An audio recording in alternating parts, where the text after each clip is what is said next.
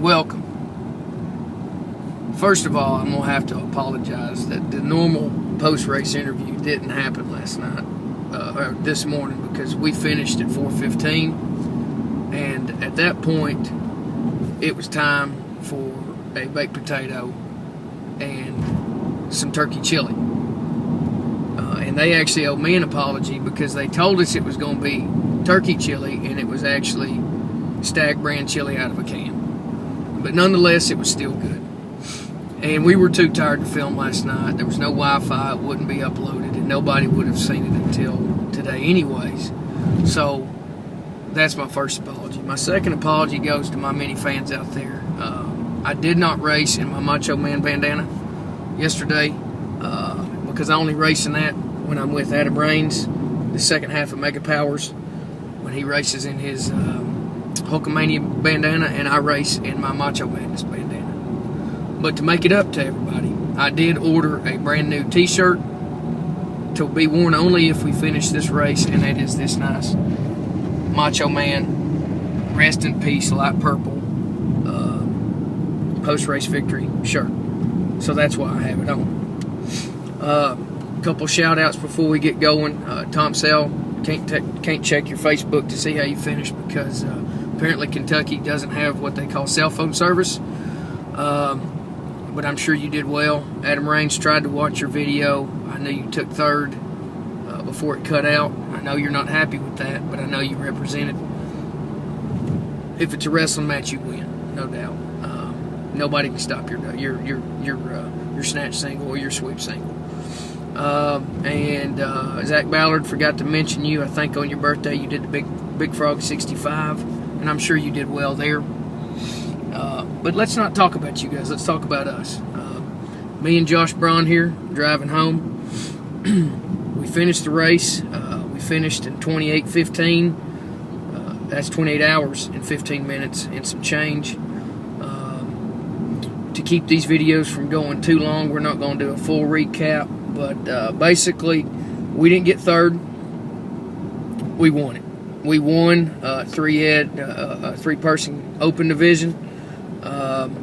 We got a top 5, possibly a top 4 finish. Don't think we got a top 4, but we may have secured ourselves a Checkpoint Tracker National qualification. Maybe not. If we didn't, we've already decided that we're going to try to do a qualifying race in July to make that happen. That way we can get that done.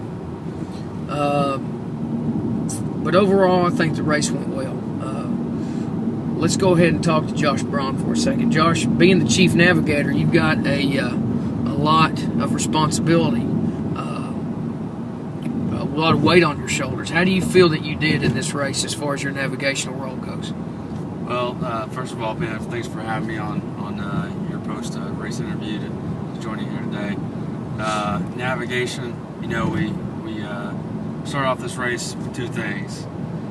First, we wanted to clear the course, and second, we wanted to finish.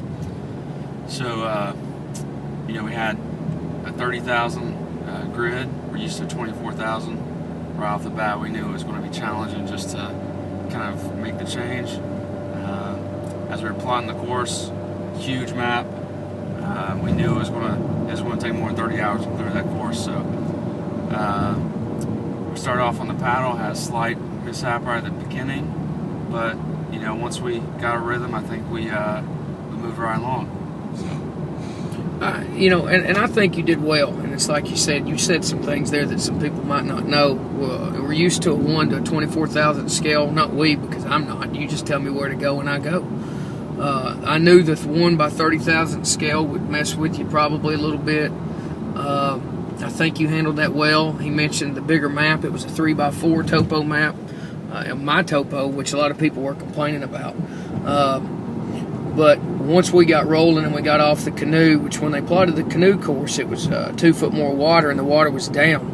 So we had some issues. Everybody had issues with hitting underwater. The water was very murky, very brown. You couldn't see where you were going or what you were doing. A lot of people were tipping, and we tipped on the second checkpoint. We were cold the whole night through, but we persevered and we ended up doing well after that. You had 2 low points there, Josh, and you battled through. What was it that kept you going through those low points? Yeah, it's a good question, Ben. Going into this race, I knew that I was going to have a low point. So right off the bat, knowing it's going to happen and being willing to accept it, I went into this race, and one word stuck with me the whole time, and that's fortitude. So knowing it's going to happen, being willing to get through and persevere through the challenges, that's what kept me going. Right, and you did well. You did real well, and I know that personally, I believe for you, I think you chased some demons and you proved some people wrong with your persevering attitude and your endurance. You did well, and I was glad to be a part of that. Me personally, I felt well. I believe my fitness was spot on for this. The pace was not very high, which was good for everybody. Susan, our female, she did very well. Struggled a little bit early on the bike, so that slowed us down a little bit there, but she fought too hard at the end. But other than getting sleepy at 2 points in the race, fitness level, I never really hurt. So I'm real proud of my training. I'm proud of how I felt during the race. And overall, in 2 weeks, I'm going to do this baby again, but I'm going to do it down in Blue Ridge. And I'm looking forward to that, and I know that bike's going to be a lot tougher. So I've got to get rested up for a half Ironman this coming weekend.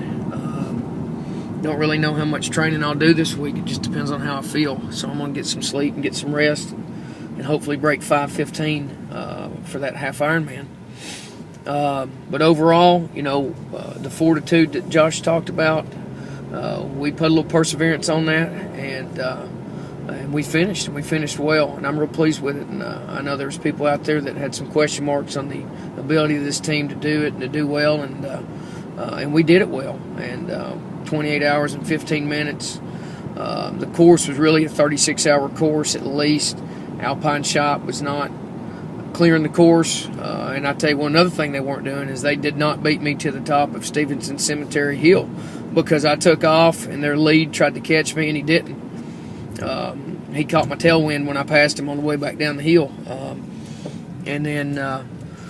But other than that, it was a good race. It was a good weekend. I was proud to be a part of Adventure Capitalist No Sleep team. I actually raced in an Adventure Capitalist jersey. Wasn't cheating on BDR. But I had to. Ron asked me to, and I felt obliged to. And we're going to do some more races together. I'd like for everybody to also notice my starter mullet that I shaved for this race. And I only do that when I'm ready to bring it. And I felt like that I backed that up for this race. And we all had a great race. We had a great time. Got bellies full of some Mexican that we ate this morning. Got a 2 o'clock checkout. Now we're headed home. Josh, I'd like to thank you for the opportunity letting me come and race with you. We'll do it again, and hopefully we can do a July race and get that Checkpoint Tracker national berth, and we'll go from there. Ballard's going to slip into retirement after Atomic for a couple years, and me and you and Fennell and Rains are going to have to carry it on for the next couple years. So look for Monday's message coming up. I'll film it before I go to sleep at home tonight, and stay tuned.